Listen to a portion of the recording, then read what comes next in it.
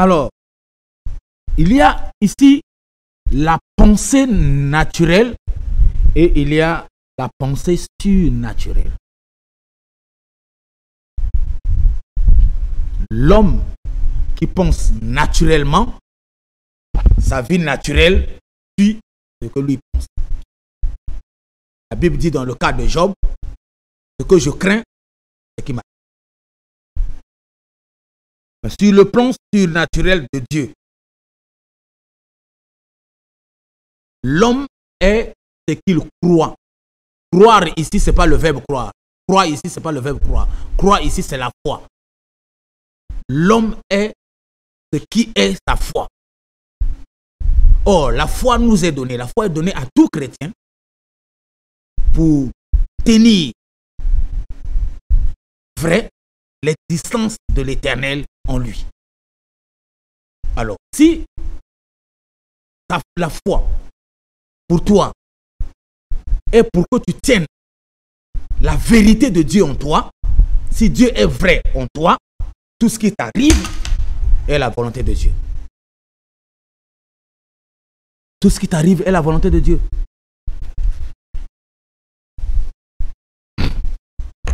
Tout ce qui t'arrive est la volonté de Dieu. Parce qu'il habite en toi. Car il est les pensées de son âme.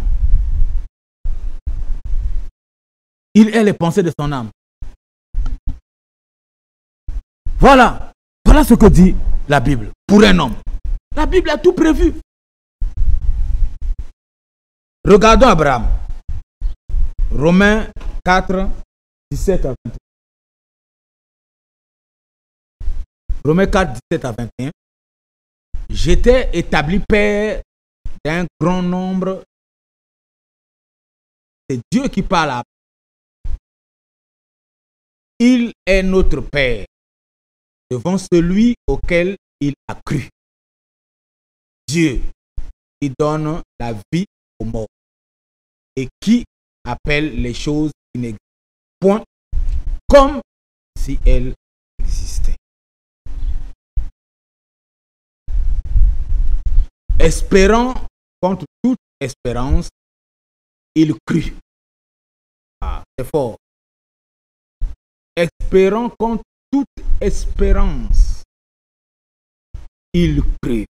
Croire ici, ce n'est pas le verbe qu'il faut. C'est la manifestation d'une vie. Une ferme assurance. Une conviction surnaturelle ferme de victoire. Renvoie-moi le verbe. En sorte qu'il devint père d'un grand nombre de nations. Pourquoi on dit que espérant contre toute espérance, il crut. En sorte qu'il croit à la parole qui est sortie de la bouche de Dieu. Quelqu'un que lui n'a jamais vu. On parle de... Mais tu cherches Dieu où? Dieu est dans sa parole. Dieu est en train de te parler. Tu cherches qui va te parler ou non? Les prophètes ont dit quoi? Chacun a une parole que Dieu va lui dire. Et c'est ce que les prophètes vont te dire. Ce que Dieu te dit, c'est la parole. Dieu dit à Abraham que... Renvoie-moi le premier verset. Il dit quoi, Abraham? Pourquoi on passe sur... Il dit, j'étais établi père d'un grand nombre de nations. C'est ça qu'Abraham est en train de croire. Dieu lui a dit qu'il a établi. Dieu te dit qu'il t'a guéri. Pourquoi tu discutes? Dieu te dit qu'il a restauré ta famille. Pourquoi toi tu discutes? Dieu dit qu'aujourd'hui, il a changé ta mentalité. Pourquoi tu discutes?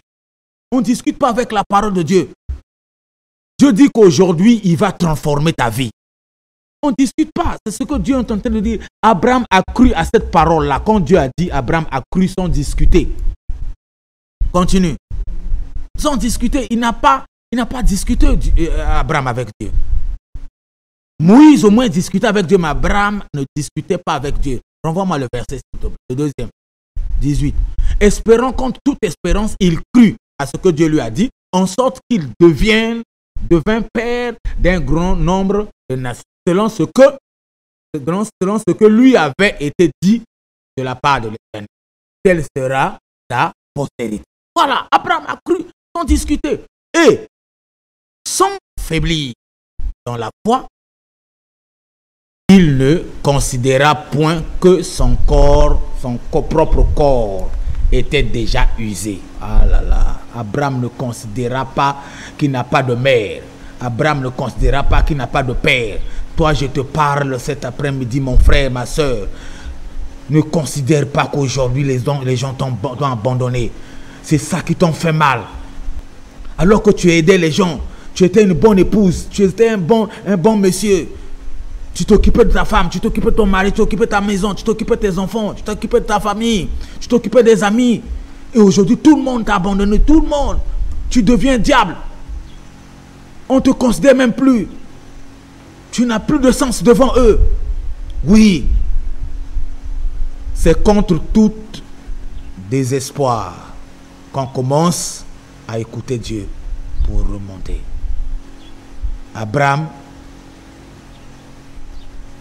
n'a pas considéré qu'il était devenu faible physiquement, que son corps était usé. Il n'a pas regardé ça. Il a regardé la parole de Dieu qui dit: tu deviendras père des nations. Renvoie-moi le verset. Puisqu'il avait près de 100 ans. Dieu ne regarde pas l'âge, mon frère, ma soeur. Dieu ne regarde pas l'âge. Tu commences à regarder l'âge. Pourquoi tu regardes l'âge? Pourquoi tu commences à compter le nombre de jours? Est-ce que tu es le secrétaire de Dieu? Ou bien tu es la secrétaire de Dieu? Pour commencer à faire la comptabilité, tu fais comptabilité dans l'entreprise de Dieu. Laisse Dieu regarder ta vie. Ici, là, c'est des gens qui étaient déjà finis. Toi, tu n'es pas encore fini. Et que Sarah n'était plus en état d'avoir des enfants. C'était fini pour les deux là. Abraham était déjà usé de corps. Quand on dit le corps là, c'est pas le corps physique, et le corps, c'est pas le bras, c'est pas. On parle du sexe. Le corps d'Abraham ici, c'est son sexe qui était usé. Mais Dieu est celui qui peut remettre la chose en place. Si ton sexe ne fonctionnait plus, pendant que tu m'écoutes maintenant, reçois la grâce de Dieu au nom de Jésus-Christ. Et touche maintenant ça. Au nom de Jésus. Et toi, femme aussi qui me suis, tu n'avais plus le plaisir sexuel. Tu ne rendais plus bien à ton mari. Maintenant, au nom de Jésus-Christ, j'active ce plaisir-là en toi. Au nom de Jésus-Christ, que ton couple soit un couple parfait. Au nom de Jésus-Christ de Nazareth. Aussi vrai que je suis, je sers l'Éternel des armées. Ce miracle s'opère dans ta vie. Toi qui me suis, maintenant que tu tombes sur cette vidéo, que cette vidéo transforme ta vie et transforme ton corps. Tout ce qui était mortel dans ton corps, reçois la vie maintenant. Reçois la vie au nom de Jésus-Christ. On dit que par la foi, Abraham n'a pas considéré son propre corps qui était usé. Abraham avait appliqué quoi là-dessus? Abraham avait appliqué ce qu'on appelle la mentalité du possible. Regardons. Abraham avait appliqué ce qu'on appelle la mentalité du possible. Romains 4:20 nous dit: il ne douta point par incrédulité au sujet de la promesse de Dieu. Il ne douta point par incrédulité. Et suivez-moi très bien. L'incrédulité crée des problèmes. C'est l'opposé direct de la foi. L'incrédulité, ce n'est pas une injure. Lorsqu'on dit tu es incrédule, on ne t'injure pas. Mais on te qualifie. Les incrédules, ce sont ceux qui ont la mentalité obscurcie. Ceux qui ne reconnaissent pas les bienfaits de Dieu dans leur vie. Ceux qui ne voient pas Dieu avant tout. Ceux qui sont incrédules, ce sont ceux qui réagissent naturellement lorsqu'il y a une situation. Ils ne regardent que les solutions naturelles. Mais la Bible dit que Abraham n'a pas douté par incrédulité. Mais il a cru au sujet de la promesse. Dieu lui avait dit qu'il sera père. Dieu va te bénir. Dieu va restaurer ta maison. Dieu va t'élever. Il faut croire à cette promesse. Dieu bénit les gens. Dieu bénit les gens. Dieu n'a pas commencé à bénir aujourd'hui. Dieu ne ment jamais. Ce qu'il avait dit là, Abraham n'avait encore rien. Mais aujourd'hui, on voit le peuple. Tout ce que la nation que tu appelles Israël là, vient d'Abraham en question. Nous sommes aussi les enfants d'Abraham par Jésus-Christ. Voilà pourquoi on avait dit que le peuple d'Abraham, si quelqu'un veut les compter, il sera fatigué. Il sera fatigué. Celui qui n'avait plus rien là, celui que le corps était usé, c'est celui-là. Tu vas en Israël là, tu vas demander là-bas, ils connaissent Abraham. Ils connaissent le vieux là. Abraham était un homme naturel comme toi et moi. Maintenant, tu peux faire bouger les choses dans ta vie. Ta petite entreprise là peut encore évoluer plus. Et ayant la pleine conviction que ce qu'il promet, il peut aussi l'accomplir. Mon frère, ayez cette pleine conviction que ce que Dieu dit, il est capable de l'accomplir. C'est lui-même qui a accompli ce qu'il dit. Ce que Dieu dit, c'est lui-même qui a accompli. Il ne demande pas à quelqu'un, il te dit qu'il va te faire du bien. Il va le faire. Il dit qu'il va te guérir. Après, là, pendant que je parle là déjà, il y a des témoins. Je vois des gens qui sont en train de sauter dans leur salon. Il y a un couple qui est en train de sauter là parce que le sexe de son mari s'est mis debout. Voilà.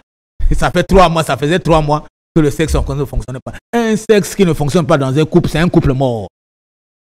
C'est un couple mort, un couple mort. Abraham, ils étaient déjà morts, c'était fini. Ce que Dieu dit, il est capable lui-même de l'accomplir. Donne-moi amen là où tu es. Je vais peut-être vers la fin pour que prochainement qu'on continue notre émission. Mais ce qui est intéressant, je voulais que tu comprennes. La mentalité du possible est la clé pour opérer l'impossibilité. Est la clé pour opérer ce qui est possible dans ta vie. La clé pour ouvrir la porte. Le disciple a reçu aussi, lui, une grande potentialité mondiale pour développer sa mentalité, pour aller encore plus loin. Regardons Matthieu 11, 11. Matthieu 11, 11. Je vous le dis en vérité, parmi ceux qui sont nés de femmes, il n'en a point paru de plus grand que Jean-Baptiste. Parmi tous ceux qui sont nés de femmes, il n'y en a pas plus que Jean-Baptiste. Ça veut dire que parmi tous ceux qui sont naturels, ceux qui ont la mentalité naturelle, il n'y en a pas plus que Jean-Baptiste. Renvoie-moi le verset. Écoutez-moi très bien. Tous ceux qui ont la mentalité naturelle, il n'y en a pas plus que Jean-Baptiste. Mais, cependant, le plus petit dans le royaume, ça veut dire que celui qui est né de nouveau, celui qui a le plus petit, celui qui a la plus petite mentalité surnaturelle est plus grand que Jean-Baptiste. C'est ce que le verset avait dit. Cependant, le plus petit dans le royaume des cieux est plus grand que lui, que Jean-Baptiste. Donc, celui qui reçoit le Saint-Esprit, c'est celui qui reçoit la plus petite mentalité spirituelle de Dieu, est plus grand que Jean-Baptiste. Donc, toi qui m'écoutes, toi qui as écouté et qui as cru que tu as maintenant une mentalité surnaturelle, tu vas commencer à voir comme Dieu, tu vas commencer à accepter ce que Dieu te dit. La Bible dit que tu es plus grand que Jean-Baptiste. Jean-Baptiste, Jean-Baptiste, pendant que tout le monde voyait le fils de Marie, lui, il est tenté de voir l'agneau de Dieu qui ôte le péché. Mais la Bible dit que tout chrétien qui accepte et qui vit selon la foi de Dieu, il est plus grand que Jean-Baptiste. Non, commence à t'acclamer toi-même, quoi. C'est intéressant. Regarde ce que Dieu dit. Dieu te positionne au-dessus de Jean-Baptiste. Jean-Baptiste, celui qui a baptisé Jésus. Ah! La Bible est vraiment Dieu. Attends, maintenant quelqu'un comme ça qui est plus grand que Jean-Baptiste. Maintenant toi, Corona, viens rentrer. Viens. Tu vas avoir du courage pour s'affaiblir, mon frère. Pourquoi tu t'affaiblis? Le Dieu qui habite en toi, d'abord la position qu'il t'a donnée, et lui-même a une plus grande position de toutes les positions qu'il peut donner comme position, mais il habite en toi. Pourquoi tu ne crois pas à ça? Regarde. Regarde la tour de Babel. C'est leur mentalité du possible. Dieu a dit, prenons Genèse 11, 6. Regarde. Dieu dit, confondons-les. Pourquoi? Parce que leur mentalité était une mentalité du possible. Ils étaient en train de construire et la tour avançait. Dieu dit, ah là là là, ça là, si je ne les confonds pas, ils vont construire jusque chez moi. La mentalité du possible. Lorsque tu as la mentalité du possible, ou bien tu t'associes avec quelqu'un qui a la mentalité du possible, vous pouvez faire l'impossible. Vous pouvez réaliser l'impossible. Vous pouvez avancer dans les pistes où les gens ont dit que c'est impossible. Dans ton domaine, là, les gens ont dit que c'est impossible. Tu peux avancer et réussir. D'ailleurs, c'est ça le miraculeux. Quand tu fais ce qui est ordinaire, Dieu n'est pas dedans. Avec Dieu, on fait toujours ce qui est extraordinaire. Il faut que ton comportement transforme les hommes. Il faut que ce que tu étais avant impacte les gens aujourd'hui. Il faut que les gens voient deux personnes, deux attitudes, deux comportements, deux personnes différentes. Tu peux changer.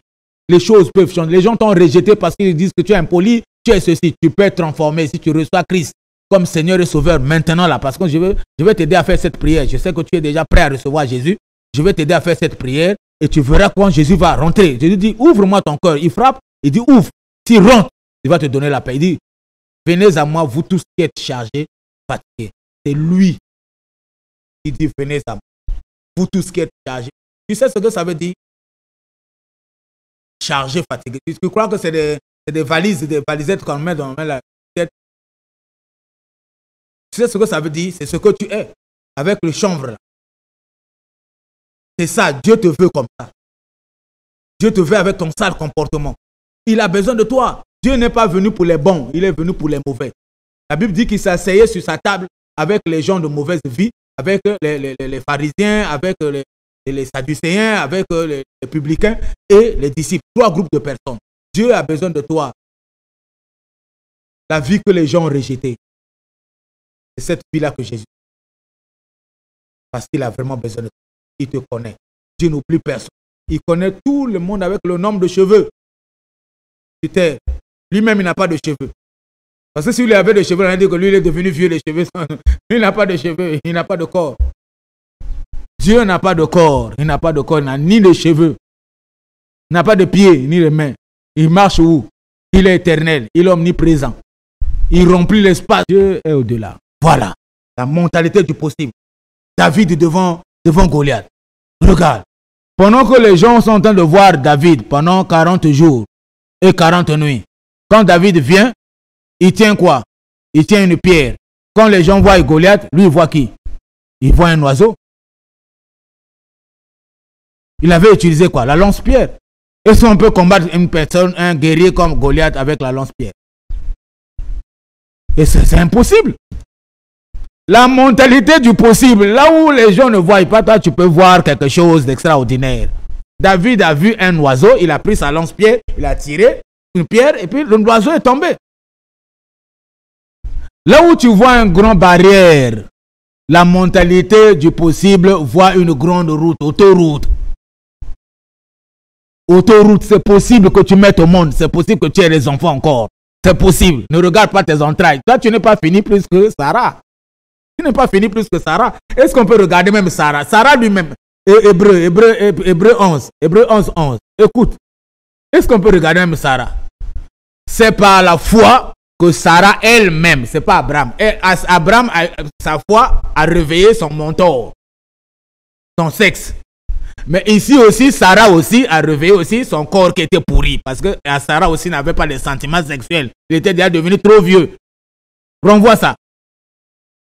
Sarah elle-même, c'est par la foi que Sarah elle-même, malgré son âge avancé, fut rendue. C'est elle-même qui fut rendue capable d'avoir une postérité. C'est par la foi. Si tu ne mets pas la foi, tu n'auras rien.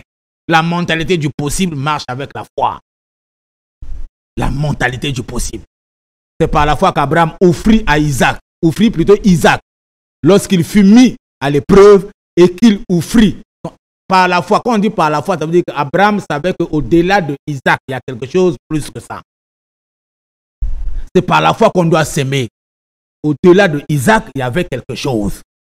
Est-ce que c'est toi, est-ce que quand tu viens donner l'offrande, est-ce que tu sais que derrière ton offrande, il y a quelque chose? Matthieu 19, 26 dit, Jésus le regarda et leur dit, aux hommes, cela est impossible, mais à Dieu, tout est possible. Je te parle de Dieu, de toute possibilité. Aux hommes, cela est impossible.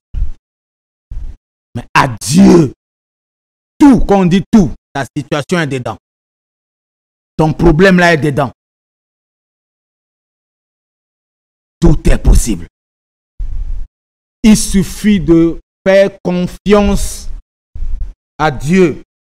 Avec Dieu, ça marche toujours. Regarde la même chose dans Luc 18. Jésus répondit, ce qui est impossible aux hommes est possible à Dieu. Si tu as trouvé, tu as cherché les hommes, tu n'as pas trouvé.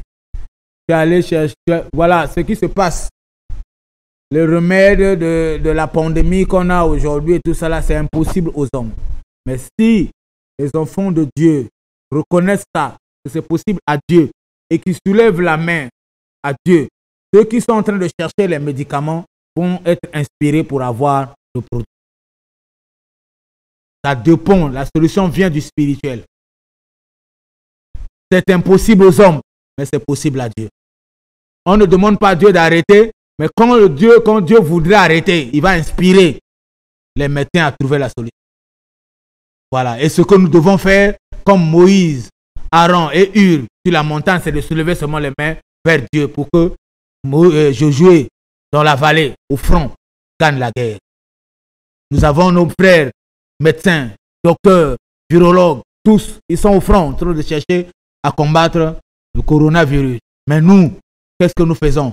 La mentalité du possible. Il faut qu'on ait la mentalité du possible. Tout est possible à Dieu. Et quand tu regardes Genèse 18, 14, Genèse 18, 14, dit quoi? Genèse 18, 14. Toi aussi, tu peux ouvrir ta Bible en même temps que moi. Y a-t-il rien qui soit étonnant de la part? Rien. Rien ne peut étonner l'Éternel. Rien. Y a-t-il rien qui soit étonnant? Change ton langage, mon frère, ma soeur. C'est pas, le langage que tu as, ce n'est pas un langage chrétien. Quand tu es chrétien, tu as découragé les gens. C'est Satan qui a envoyé ceci. La pandémie, c'est Satan. Satan n'est pas au-dessus de Dieu. Rien, rien. Y a-t-il rien qui peut dépasser l'entendement, qui peut dépasser la volonté de Dieu? Si Dieu a permis quelque chose, c'est que ça rentre dans le cadre de sa parole. Tout ce qui vient contre la parole de Dieu, Dieu arrête ça. Toute volonté de Satan ne peut pas traverser la volonté de Dieu. Voilà pourquoi si tu es attaché de l'Éternel des armées, rien ne peut t'arriver sans que lui y permette. Oh, on a un Dieu. On a un Dieu, rien. Sa volonté à laisser passer, sa main toute puissante qui peut tout arrêter, à laisser passer. Laisser Dieu gérer son affaire. Tout ce que nous allons faire, c'est rester sur la montagne avec Hur et Aaron et soulevant nos mains pour que la solution, pour que Dieu inspire les médecins à trouver la solution. Luc 1, 37. Car rien n'est impossible à Dieu. Voilà. Rien n'est impossible à Dieu. Marc 9, 23. Pour terminer. Toi aussi, tu peux chercher rapidement. Pour lire ensemble avec moi. Marc 9, 23. J'ai trouvé. Je lis au nom de Jésus-Christ de Nazareth. Jésus lui dit, si tu peux, tout est possible à celui qui croit.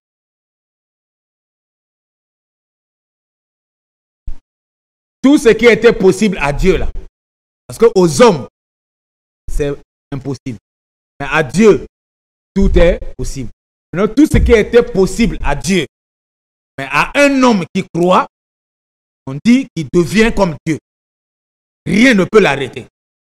Jésus lui dit, si tu peux croire, tu peux me faire confiance. tu peux avoir une ferme assurance à ma parole. Tout est possible à toi. Ici, croire ici, ce n'est pas le verbe croire. Je crois, tu crois, nous croyons. Non. Ici, croire ici, c'est la foi. Tout est possible à celui qui a la foi, à celui qui fait confiance totale à Dieu. Comme Abel, qui avait donné à Dieu la première place en donnant une offrande des premiers-nés. Il a reconnu en Dieu la primauté, il a reconnu en Dieu la priorité dans sa vie, il a reconnu en Dieu le droit et si tu donnes à Dieu ta vie maintenant, tu reconnais que Dieu est le seul propriétaire de ta vie, Dieu a la priorité sur ta vie et Dieu est le premier dans ta conception. Quand tu regardes tout, Dieu passe au-dessus de tout. Ces trois points-là, ces trois points qui vont te faire réussir pour que rien ne soit impossible à toi. Que Dieu bénisse et qu'il bénisse ceux qui ont écouté cette parole. Je veux que tous ceux qui veulent donner leur vie à Jésus, qui prient avec moi. Après, nous allons prier ensemble avec tous ceux qui nous ont écoutés, qui ont fait ce culte-là avec. Pour ceux qui veulent donner leur vie à Jésus, dites après moi, merci Seigneur Jésus. Merci encore de nous avoir acceptés. Merci de m'avoir accepté personnellement, avec mes fautes, mes défauts, tout ce que les gens me réclament, mon comportement, et moi-même j'en suis conscient que j'agis mal, que je suis vraiment une personne de mauvaise vie. Mais tu as dit que je dois venir à toi tel que je suis, et tu m'aimes tel que je suis. Tu es mort à la croix pour moi, personnellement. Je reviens vers toi. Tu donnes ma vie. Prends ma vie, Père. Sois mon seul maître. Conduis-moi. Je vais être ton disciple. Sois mon protecteur. Sois devant comme guide et devant comme guide, derrière comme protecteur. J'ai besoin de toi dans mon cœur. Viens vivre avec moi. Je te donne ma vie complètement. Et tout ce que j'ai au nom de Jésus. Amen. Alors nous allons prier, nous tous, maintenant, pour ceux qui avaient une vie chrétienne rétrogradée, ceux qui avaient des pensées rétrogradées, ceux qui étaient comme ce qui était leur pensée. Nous allons prier pour que la transformation entre dans nous. Prions au nom puissant de Jésus-Christ. Seigneur Jésus-Christ de Nazareth, merci de nous avoir enseigné. Merci de nous avoir éclairci. Merci parce que ta parole est puissante et ta parole est transformatrice. Et je rentre dans cette machine de transformation. Que ma pensée change au nom de Jésus-Christ de Nazareth. Que ma mentalité change au nom de Jésus-Christ de Nazareth. Affecte ma vie personnellement au nom de Jésus-Christ de Nazareth. Et j'accepte qu'à partir de maintenant, je vivrai dans la possibilité. L'impossible n'est plus mon partage. Au nom de Jésus-Christ, toute barrière qui m'empêchait de voir loin, je commence à voir ma vie loin. Je vois ma guérison. Je vois mon miracle. Je vois mon succès. Je vois mon élévation. Je vois que je suis une femme de victoire, que je suis un homme de victoire. Je ne suis pas quelqu'un qui a échoué. Je refuse l'échec dans ma vie. Au nom puissant de Jésus-Christ de Nazareth. Je ne suis pas un échoué. Là, je déclare au nom de Jésus-Christ. Toi, Satan, qui était rentré dans ma vie, rentré dans mon foyer, rentré dans mon mari, rentré dans ma femme, rentré dans mes enfants, pour les détruire. Aujourd'hui, mon enfant commence à prendre du chanvre. Je refuse cela. Au nom de Jésus-Christ, j'arrache mes enfants, j'arrache ma famille. Je les positionne maintenant dans des positions de succès, de victoire. Au nom puissant de Jésus-Christ de Nazareth. Dites après moi, merci Saint-Esprit. Et Amen. Que Dieu vous bénisse. Shalom. Voici nos coordonnées pour vos offrandes, vos dîmes et vos dons.